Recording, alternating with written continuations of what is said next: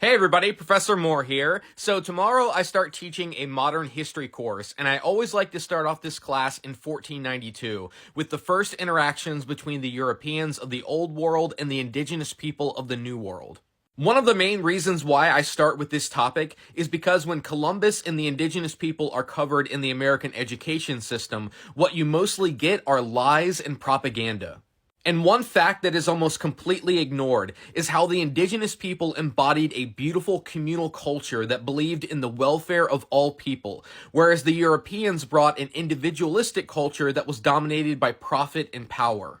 If there is one thing that is clear from the diaries and notes of Europeans who encountered the indigenous people of the Americas, it is that these people were nothing like them.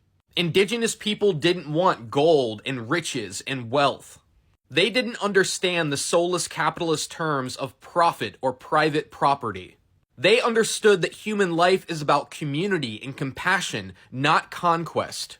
They understood what this life was really meant to be, and that's why, in the eyes of the Europeans, they had to die.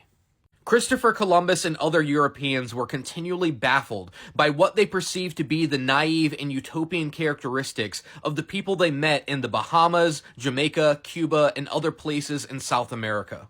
The Spanish priest Bartolomé de las Casas described how the indigenous people that he met have no urge to acquire material possessions. As a result, they are neither ambitious nor greedy and are totally uninterested in worldly power. The notions of revenge, rancor, and hatred are quite foreign to them.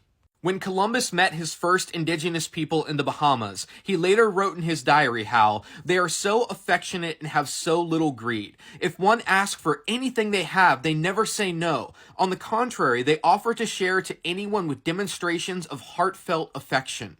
A particular scene that stood out in Columbus's mind was the behavior of an Arawak leader that he invited on his ship. He noted how, I thought that he would like to eat some of our food, and immediately ordered him to be served with some. Of each dish that was placed before him, he ate only a mouthful, sending the rest out to his men who all ate. He did the same with the drink, which he only carried to his lips and then sent to the others. All of this was done with marvelous ceremony and very few words. For Columbus, who was schooled in the rigid European hierarchy and caste system, the compassion that this leader showed toward his underlings was odd and inconceivable. It was certainly a far cry from the philosophy of another European explorer, John Smith, who ran the Jamestown colony in Virginia under the motto, "He that will not work shall not eat." Indigenous people could never understand how Europeans could be so cruel to each other and create a society where some people had everything and others had nothing. As the Lakota holy man Black Elk said, I could not understand how could men get fat by being bad and starve by being good. In his memoir, the Native American Black Hawk described how his people's culture was completely different from the Americans who invaded their land. He said, "We always had plenty. Our children never cried from hunger, neither were our people in want. If we have corn and meat and know of a family that have none, we divide with them. If we have more blankets than we absolutely need and others have not enough, we must give to those who are in want." Many Europeans were impressed with how the indigenous people they observed seemed to practice a kind of primitive Christianity. Columbus marveled how they loved their neighbors as themselves and seemed to hold all possessions in common. When Columbus looked at indigenous people, he was reminded how Christians were described in the Bible. All of the believers were of one heart and mind, and no one felt that what he owned was his own. Everyone was sharing. There was warm fellowship among the believers and no poverty. For all who owned land or houses sold them and brought the money to the apostles to give to others in need. Columbus wrote to the Spanish monarchs who funded his voyage and told them that these indigenous people have no religion, and I think that they would be very quickly Christianized. But he was wrong. These indigenous people did have their own religion, and they could have taught Columbus and the other Europeans a lot about their own religion. If there was anyone who was living a Christ-like life, it was not Columbus or the other Europeans. It was the indigenous people that they enslaved and exterminated. Columbus might not have realized it, but his true religion was not Christianity. It was gold. Columbus was obsessed with gold, writing that gold is most excellent. Gold constitutes treasure, and anyone who has it can do whatever he likes in the world. With it, he can succeed in bringing souls to paradise. However, what gold really accomplished was turning paradise into hell on earth. Indigenous people could never understand the European and American obsession with gold.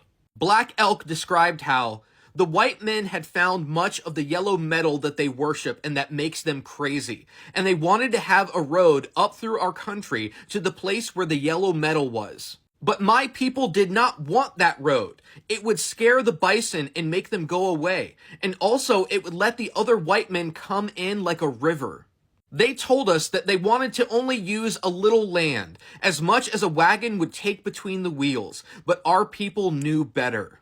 And when you look about you now, you can see what it was they wanted. Once we were happy in our own country, and we were seldom hungry, for then the two-leggeds and the four-leggeds lived together like relatives, and there was plenty for them and for us. But the white men came, and they have made little islands for us and other little islands for the four-leggeds. Always these islands are becoming smaller, for around them surges the gnawing flood of the white men, and it is dirty with lies and greed.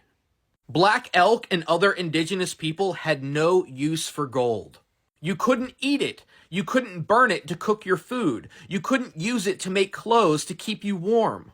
Black Elk said, our people knew there was yellow metal in little chunks up there on the mountain, but they did not bother with it because it was not good for anything. But for men like Columbus, it was everything. It was the meaning of life. It was God.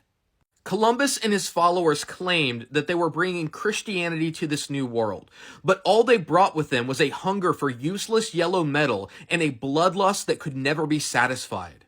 It's so ironic and infuriating to hear European conquistadors like Hernan Cortez lecturing the Aztec people on the error of their ways.